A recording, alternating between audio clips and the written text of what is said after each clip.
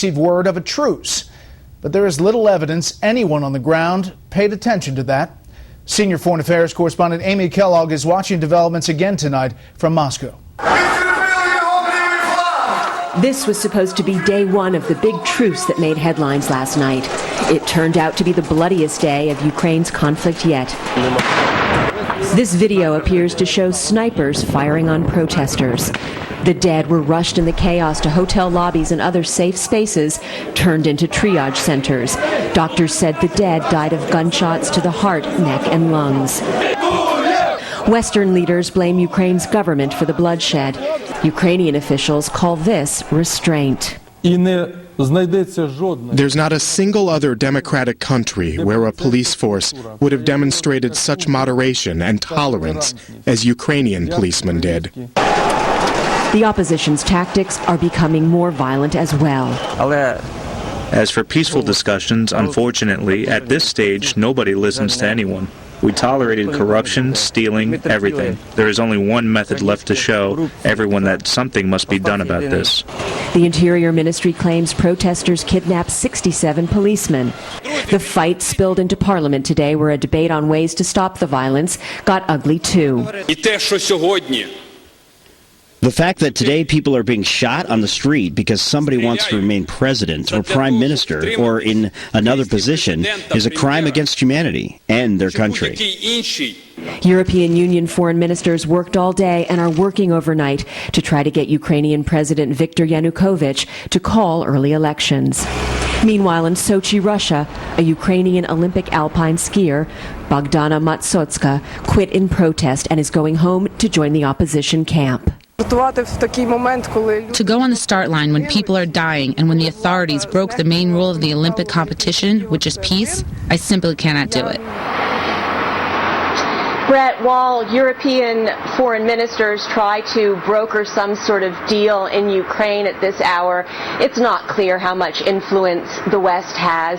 The Pentagon has confirmed tonight that the Ukrainian Ministry of Defense has refused to take U.S. Defense Secretary Chuck Hagel's phone calls for at least the last week.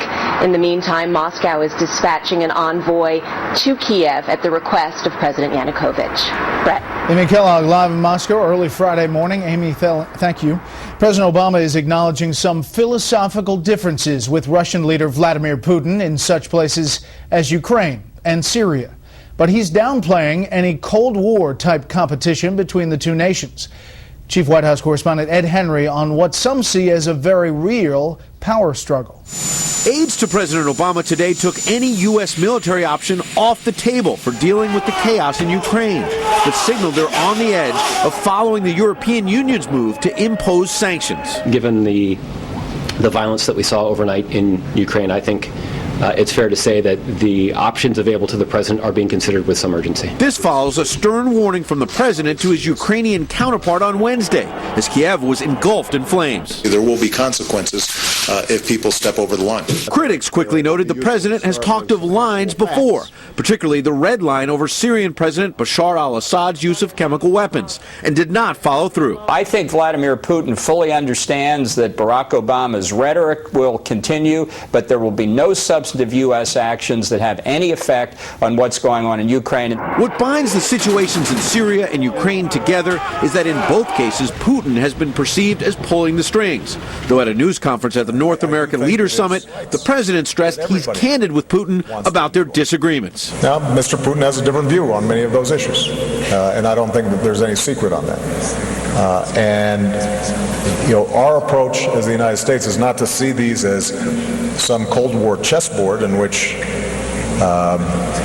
we're in competition with Russia. Conservatives insist this is a struggle for power between Putin and the West over the fate of the former Soviet republics. Are you going to go toe-to-toe, eye-to-eye with Putin? You certainly haven't done so far. It's highly unlikely you're going to do so now. The Wall Street Journal reporting on its front page today, quote, the Obama administration has found itself repeatedly caught off guard by Putin on everything from Syria to the Russian offer of asylum to NSA leaker Edward Snowden. Is there a frustration here at the White House that there's at least a perception around the world that Putin is in control over the president on some of these issues? I'm not sure that's the prevailing sentiment around the globe. There's a lot of common ground between the United States and Russia that could be staked out. Now, Agence France Presse reports tonight that Syria will miss a UN deadline to destroy its chemical arsenal. Perhaps another example of consequences, not so much. Brett? Ed Henry live on the North Lawn. Ed, thank you. More on this with the panel. The leader of